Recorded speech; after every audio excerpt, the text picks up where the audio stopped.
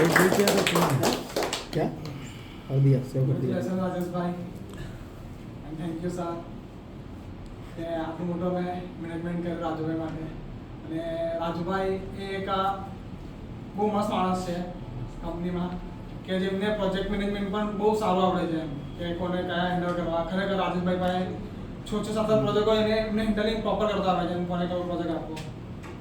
તો એમના માટે ખૂબ ખૂબ આભાર છે સારું મેનેજમેન્ટ માટે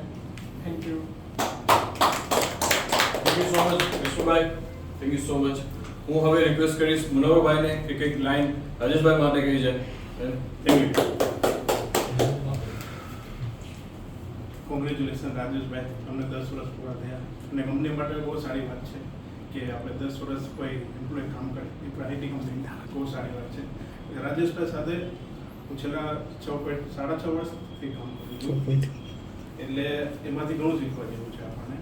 મને કંઈ નહોતું આવતું વર્ડપ્રેસમાં એટલે કે ફોર એક્ઝામ્પલ કોઈ પેજ બનાવતા આવતું કોઈ પોસ્ટ બનાવતા હવે કોડમાંથી કેવી રીતે જોવું આપણને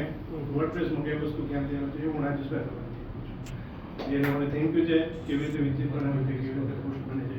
એ બધું રાજેશભાઈ મને શીખવ્યું કેવી રીતે મેનુ બનાવવા કેવી રીતે શું કરવું એ બધું રાજેશભાઈ છે આપણે વર્ડપ્રેસનું કેવી રીતે ડિઝાઇન બધું હોય છે એ ઘણું શીખ્યું અને બીજી વસ્તુ છે સવાર પ્રોજેક્ટ આવે તો સાંજે મેસેજ કરે તો મને ક્યાં પૂછ્યો એ પણ એક ફિકર છે ને કે ભાઈ પ્રોજેક્ટ આપણું સાંજે અપડેટ તો આપણે આપી શકશું ને આપણે કામ તો કરી શકશું ને એ પણ એક છે કે ભાઈ માણસને પોતાને પણ કેટલી ફિકર છે આપણે બીજાને કામ આપ્યું છે આપણને કરીને આપશે એ પણ એક મોટી વસ્તુ છે એક સારા એમ્પ્લોયનું એક ઉદાહરણ છે આપણા માટે દિલથી કામ કરે દિલથી કામ પોતાનું સમજીને thank you Rajeshbhai thank you Manoharbhai thank you બહુ સારી વાત કરી ગયા મનોહરભાઈ કે જો બી પ્રોજેક્ટમાં તમે કામ કરો છો રાજેશભાઈ આપણા જે પ્રોજેક્ટમાં કામ કરે છે દિલથી કરે છે ને એનો અપડેટ ઇનફેક્ટ અમારા પાસે એઝ અ મેનેજર પાસે લે છે જો તો શું થાય છે હવે કંઈ ક્લાયન્ટ કહી છે કે નહીં થેન્ક યુ સો મચ એના માટે બરોબર છે તમારાથી બધા એમ્પ્લોઈઝ બી શીખે છે તમારાથી અમે મેનેજમેન્ટ ટીમ બી શીખે છે થેન્ક યુ સો મચ એના માટે હું હવે રિક્વેસ્ટ કરીશ અમનભાઈને પ્લીઝ આવીને કંઈક લાઈન રાજેશભાઈ માટે કહીને જાઓ પ્લીઝ અમનભાઈ